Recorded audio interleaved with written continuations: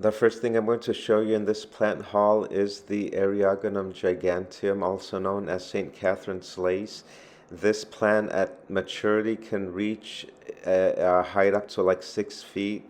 Some sources even say 8 feet, and it can have a spread of 6 feet. So it's a giant plant. It's a huge plant. It's a buckwheat, and one of the reasons why I got this plant is to display the different seasons that California native plants can have, to show me the different seasons. So it's going to be a beautiful one. And this one, the next one, it's called the Ceanothus Centennial. This one can spread out to like 5 feet wide, but it's very short. It's not tall. And I mainly got this for the slope, for the front hillside garden, to retain the soil so that there is no erosion taking place. And it's a ceanothus. And the third plant that I got is the Verbena lilacina de la Mina, and this plant is pretty, it doesn't get that tall either, only up to like 3 feet tall, and it has a 4 foot spread approximately. It could possibly get a little bit bigger than that, but that's what they label this. So you don't really get to see a plant's height at maturity until it's in your garden and you've seen it grow, because sometimes labels can be off. But anyway, they just give an approximation to give you a rough idea. And these are the three plants that I bought for my fall gardening.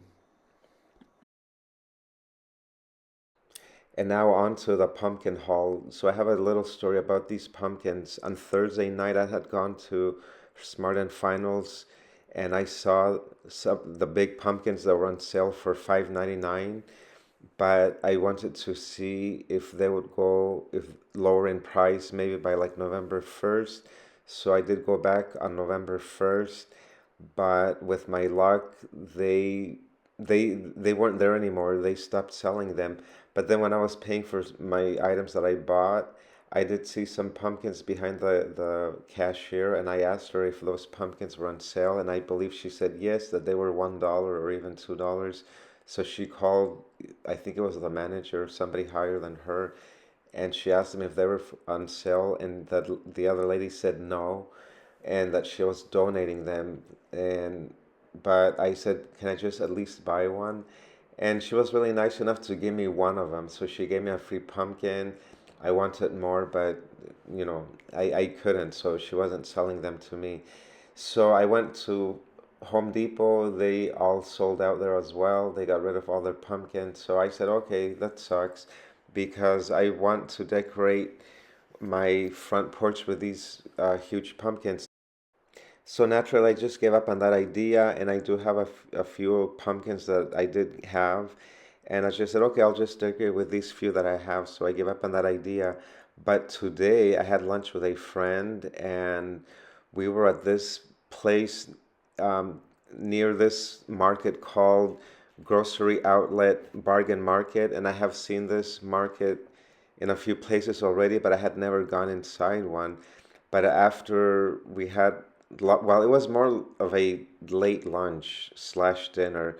And when we finished eating, it was already dark. But before eating, my friend and I had said that we should go inside that market just to see what they have, just out of curiosity. And lo and behold, I found all these pumpkins there, and guess how much they were? They were only 97. They were only 97 cents each. And of course, I got a few of them, and I was so happy. And I guess things come to those people who really just don't care at the end, right?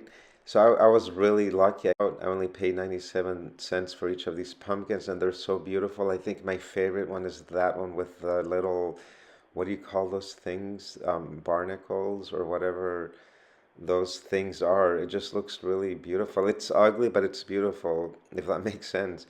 And so now I have more pumpkins to decorate with, and my front porch is going to definitely look so festive. And as I mentioned in one of my other videos, I do like to combine fall decor with Day of the Dead decor because Day of the Dead, I think it only lasts one day, but I like to prolong it. So let me show you something really cool. So I passed by this one house, and I have never seen this before, but they decorated for Day of the Dead. So I'm not sure if this house was decorated like this all throughout October for Halloween, or did they just decorate for that one day of Day of the Dead, which was yesterday. So I don't know, but I really love how they decorated their house. It really inspired me, and maybe one day I will decorate the outside of my house like that, a Day of the Dead decor, or maybe even for Halloween. So I just thought this house was so beautiful, and I had to share the video with you guys. And such a beautiful house as well. And then this morning I went into a bakery, and they had their Day of the Dead altar set up, and I think this one is so beautiful. And the bakery was all festive looking with their Day of the Dead altars and decor, and they were selling their death bread. I think in Spanish they're called pan de muerto, and just really beautiful and festive. I really like this time of year.